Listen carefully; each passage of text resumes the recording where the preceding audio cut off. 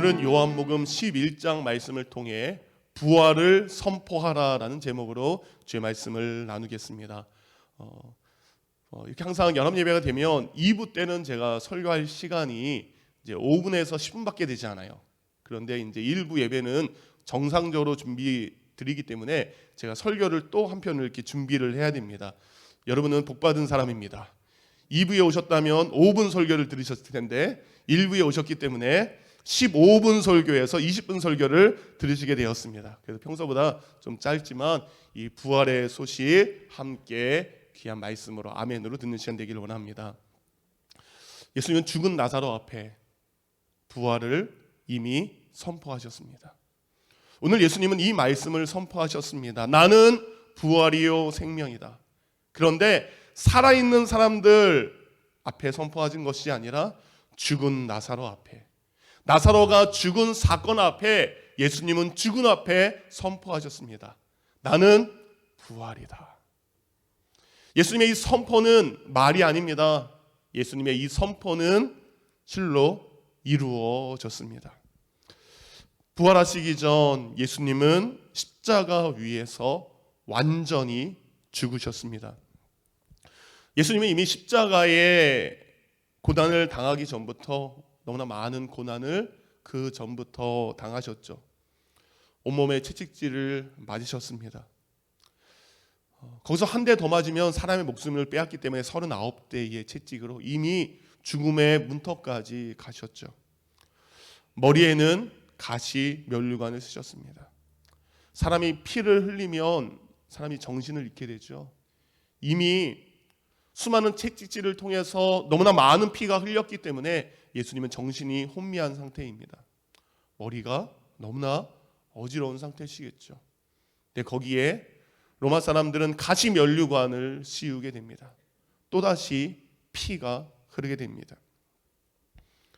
예수님은 골고다 언덕 위에 오르셨고 또다시 손과 발에 못을 박히심으로 예수님은 또다시 피를 흘리셨습니다. 그리고 예수님은 마지막으로 옆구리에 창이 찔리심으로 그 몸속에 담고 있던 모든 물과 모든 피를 다 우리를 위해 쏟아내셨습니다. 그렇게 십자가 위에서 돌아가신 예수님의 죽음은 정말로 완전한 죽음이셨습니다. 그러나 그 죽음으로 모든 것이 끝난 것이 아니었습니다. 예수님이 죽은 나사로 앞에 나사로야 나와라 살아나라 말씀하셨던 그 부활의 선포를 오늘 예수님은 죽음의 권세를 이기시고 예수님은 부활하셨습니다. 그래서 예수님의 부활의 선포는 진리의 선포이며 그리고 구약에 선포된 모든 하나님의 말씀이 진리였음을 선포하시는 것입니다. 그리고 이 땅을 다스리고 있는, 이 땅을 지배하고 있는 어둠과 죽음의 권세를 이기신 하나님의 나라의 승리를 선포하신 것입니다. 그래서 예수님의 부활은 진리이며 진실이며 바로 승리인 것입니다. 우리 오늘 말씀을 통해서 왜 예수님의 부활이 진리이고 왜 예수님의 부활이 진실이며 그리고 예수님의 부활이 왜 승리인지 그 말씀을 함께 나누기를 원합니다. 첫 번째, 예수님의 부활은 진리였습니다. 세상에는 진리처럼 보이는 것이 너무나 많습니다. 수없는 거짓이 진리를 따르고 있는 우리를 미혹하는 시대에 우리는 살고 있습니다. 그래서 이 땅에 있는 수많은 거짓의 유혹을 받고 살아가는 우리에게 예수님은 요한복음 14장 6절 말씀을 통해 예수님만이 참된 진리임을 선포하셨습니다. 예수께서 이르시되 내가 곧 길이요 진리이니 그리고 생명이니 나로 말미암지 않고는 아버지께로 올 자가 없느니라. 예수님은 선포하셨습니다. 예수님만이 유일한 진리, 하나님께 나아갈 수 있는 유일한 길, 그리고 우리의 죽었던 생명을 살릴 수 있는 유일한 생명이 오직 예수님에 있음을 예수님은 선포하셨습니다. 이런 진리가 되기 위해서는 조건이 있습니다. 진리는 처음부터 끝까지 변함없는 것이 진리가 되어야 됩니다. 이 땅에 많은 사람들이 진리를 알고 따라가는 것 나중에 알고 보니까 거짓인 경우가 많습니다. 뉴스나 신문 기사에서도 진실이라고 얘기했지만 후에 역사가 지난 후에 그것이 거짓으로 변한 것이 너무나 많습니다.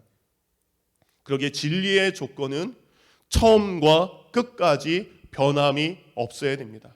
그러기에 진리는 처음과 나중 그리고 알파와 오메가가 돼야 그것이 바로 진리가 되는 것입니다. 그래서 처음에도 진리였다면 나중에도 변함없는 진리가 돼야 됩니다. 우리 예수님이 바로 그러셨습니다. 예수님은 처음에도 계셨습니다. 창조주 아버지 하나님과 이 세상을 창조하시는 그 창조의 순간에도 예수님은 계셨습니다. 언젠가 하나님의 나팔 소리가 울리겠죠.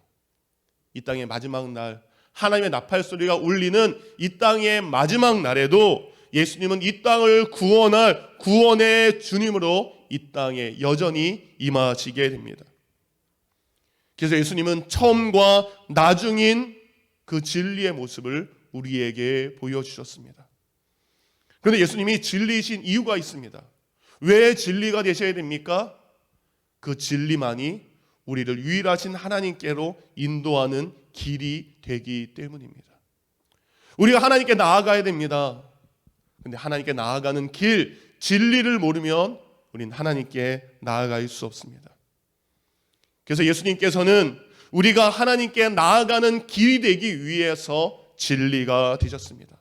그리고 그 진리를 완성하기 위해서 십자가 위에서 자신의 모든 물과 피를 쏟으셨고 영원한 생명을 우리에게 주셨습니다. 이처럼 예수님의 부활은 영원한 진리입니다. 두 번째, 예수님의 부활은 진실입니다. 예수님이 부활하셨다는 증거는 너무나 많습니다.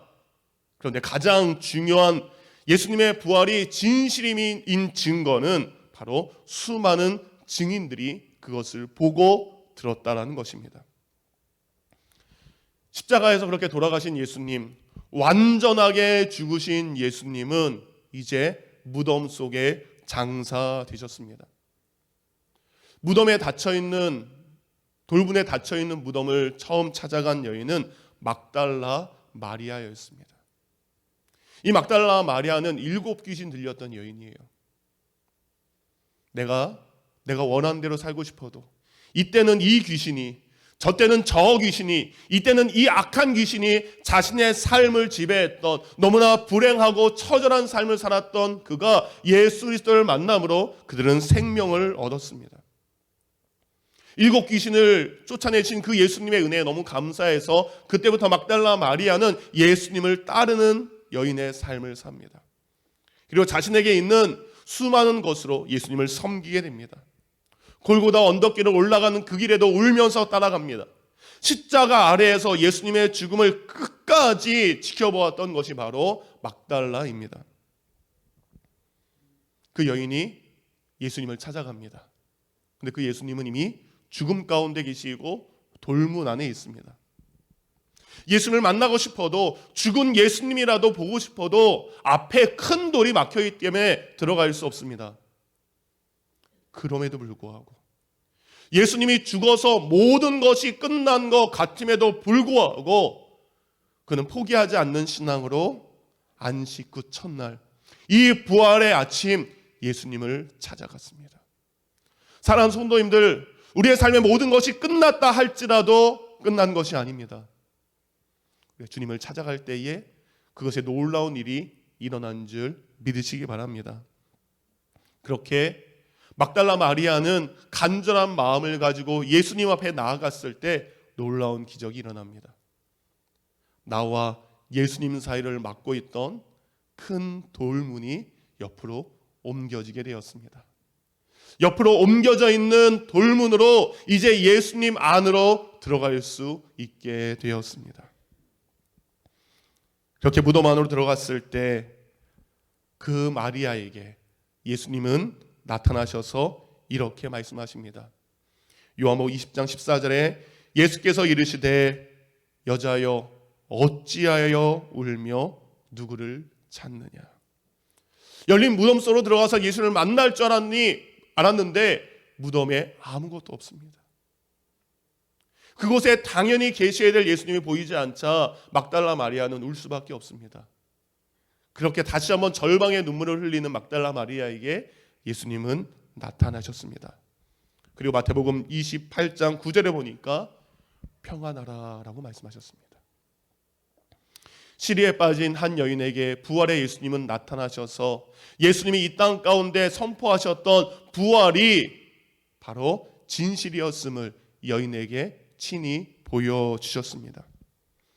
요한복음 20장 19절에 보면 이 말씀이 있습니다. 이날 곧 안식 후 첫날 저녁에 제자들이 유대인들을 두려워하여 모인 곳에 문들을 닫았더니 예수께서 오사 가운데 서서 이르시되 너희에게 평강이 있을지어다. 슬픔에 빠진 여인을 찾아가셔서 그 여인에게 평강을 주셨던 예수님은 두려움 가운데 문을 꽉 닫고 숨어있던 제자들에게 나타나셔서 다시 한번 그들에게 말씀하십니다. 너희에게 평강이 있을지어다.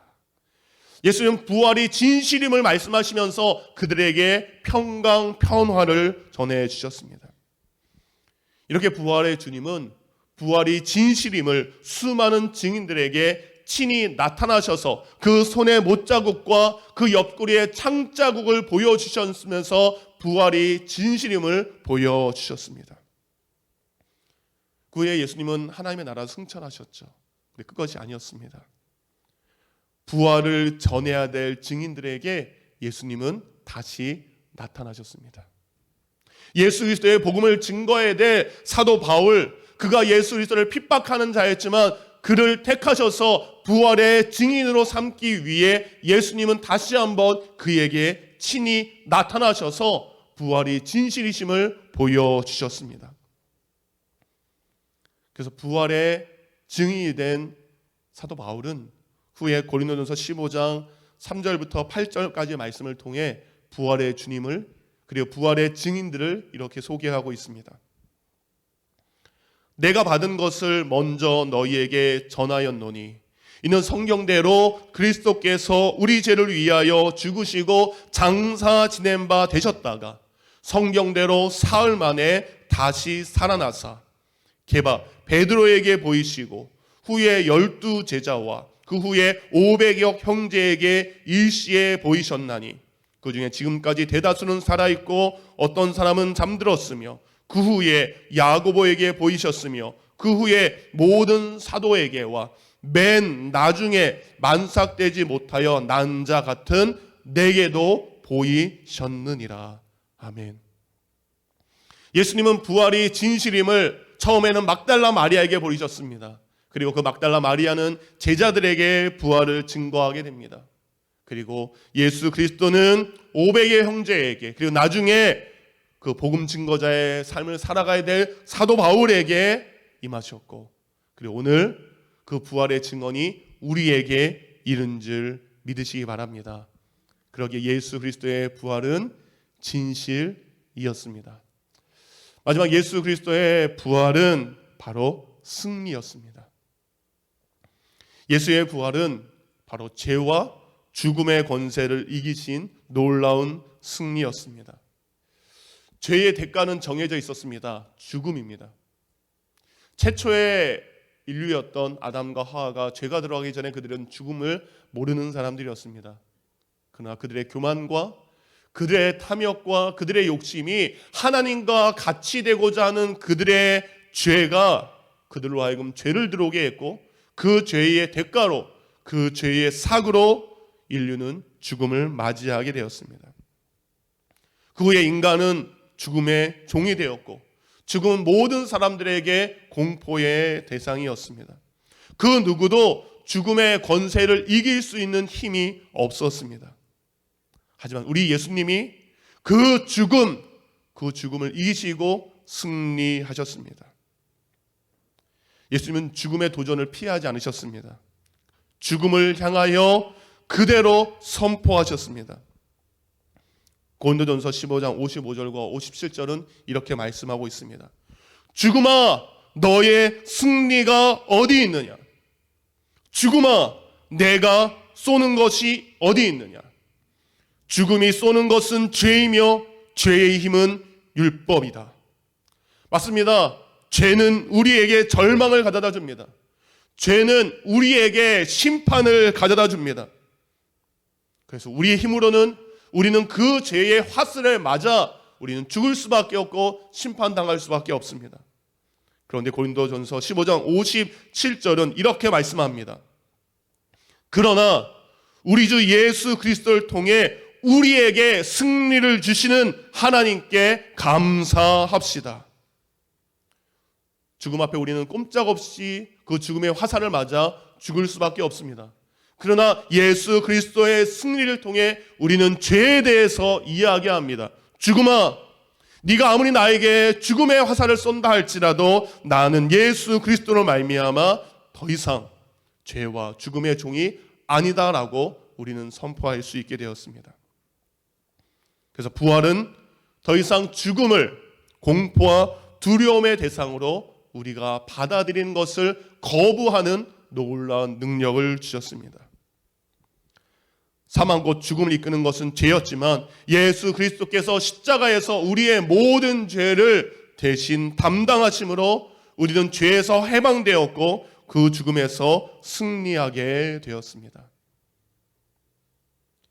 이처럼 예수님의 부활은 진리의 선포이며 그리고 수많은 증인들을 통해서 그것이 진실이었음을, 그리고 어둠과 죽음의 권세를 이기신 하나님의 승리였음을 선포하는 놀라운 은혜였습니다. 이 예수님이 부활하셨습니다. 예수님이 부활하신 것이 누구와 상관이 있습니까? 바로 우리와 상관이 있어야 됩니다. 예수님이 부활하셨대 그 한 분의 부활로 끝나는 것이 아닙니다.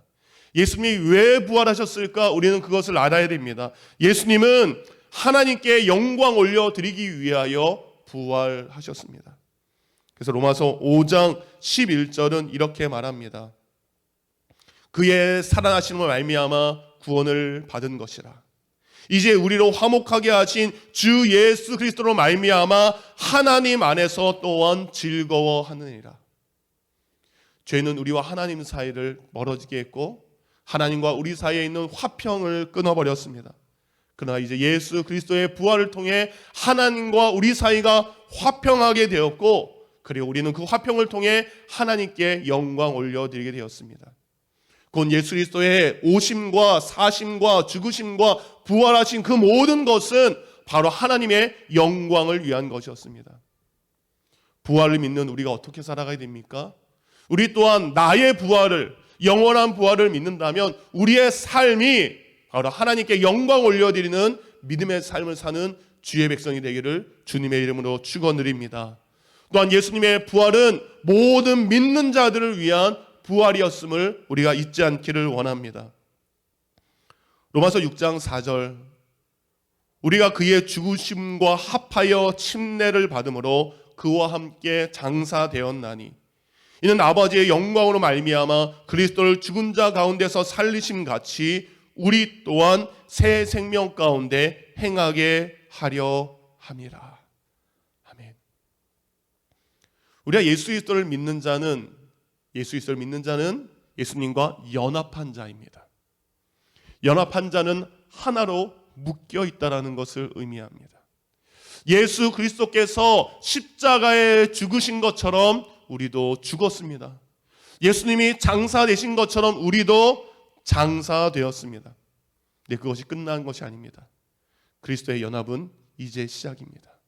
예수 그리스도께서 부활하여 다시 일어나신 그때 연합해 있는 자, 예수 그리스도로 묶여 있는 자, 그와 하나 된 자, 그들은 바로 자신의 힘이 아니라 그리스도의 부활과 함께 일어나 부활의 영광을 참여하는 자가 되는 것입니다. 나의 힘으로는 부활할 수 없습니다. 그러나 내가 그리스도 예수에게 묶여 있는 자이기 때문에, 내가 그리스도와 연합한 자이기 때문에 그의 부활은 곧 우리의 부활이 되는 것입니다. 사랑하는 성도님들, 예수 그리스도께서 우리 믿는 자를 위하여 부활하셨음을 믿으시기 바랍니다. 그렇다면 우리가 또 다른 믿음의 교우들과 함께 하나님께 영광 올려드리는 것이 부활의 은혜를 누리는 자의 사명인 줄 믿으시기 바랍니다. 십자가에 달리신 그 순간, 바로 겟세마네 동산에 가시기 직전 예수님은 마지막 제자들을 위해 기도했습니다. 그들이 하나 될 수 있도록 내가 너희를 사랑한 것 같이 너희도 서로 사랑하라. 곧 예수 그리스도의 부활을 믿는 자는 믿음으로 함께 예배하는 자를 사랑해야 되고, 믿음으로 하나님의 나라를 바라보는 자를 사랑하는 것이 부활의 영광에 참여하는 자들이 됩니다. 예수의 부활은 하나님께 영광이요 믿는 자들이 나눠야 될 사랑과 동시에 맨 마지막으로 불신자들을 위한 부활이었음을 우리는 믿어야 됩니다. 사도행전 17장에 보니까 바울이 아테네에 가서 복음을 전하게 됩니다. 여러분, 아테네에 가면 얼마나 많은 신들이 있습니까? 제우스부터 시작해서 정말 헤아릴 수 없는 수많은 신들이 가득한 동네에서 예수 그리스도는 복음을 전하는데, 그가 복음을 전할 때 어떤 복음을 전할까? 그는 그곳에서, 우상이 있는 곳에서 그는 부활의 복음을 전하기 시작합니다.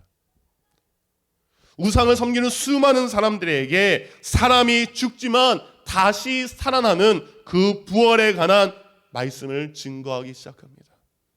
그래서 가장 먼저 부활하신, 부활의 첫 열매가 되신 예수 그리스도를 불신자들에게, 믿지 않는 사람들에게 전하기 시작합니다.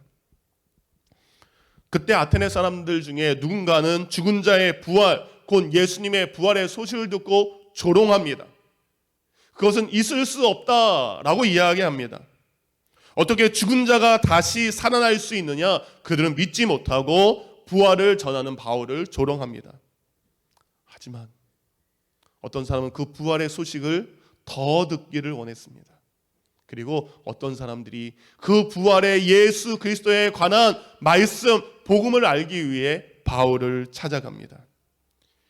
이에 바울은 예수 그리스도의 부활을 더 듣고 싶어하는 이들에게 예수 그리스도의 부활을 전하게 됩니다.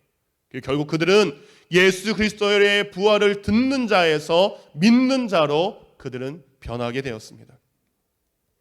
사도행전 17장 34절에 보면 예수 그리스도의 부활을 믿은 아테네 사람들의 이름이 기록되어 있습니다.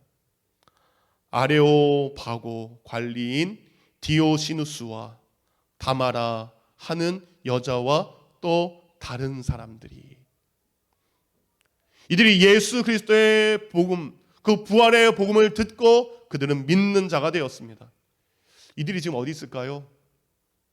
부활의 소식을 믿는 자로 하나님 나라 천국에 있을 줄 믿습니다. 이렇게 우리가 부활의 복음을 전할 때에 그것을 통해 구원의 영광이 이르게 될 줄 믿습니다.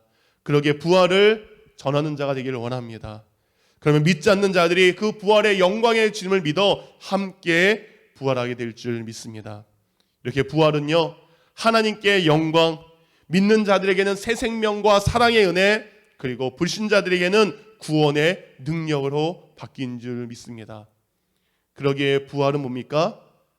진리입니다. 그러기에 부활은 진실입니다. 그러기에 부활은 승리입니다. 예수 그리스도의 부활, 그 부활을 진리로, 진실로, 나를 위한 승리로 믿는 귀한 주의 백성이 되기를 주님의 이름으로 축원드립니다.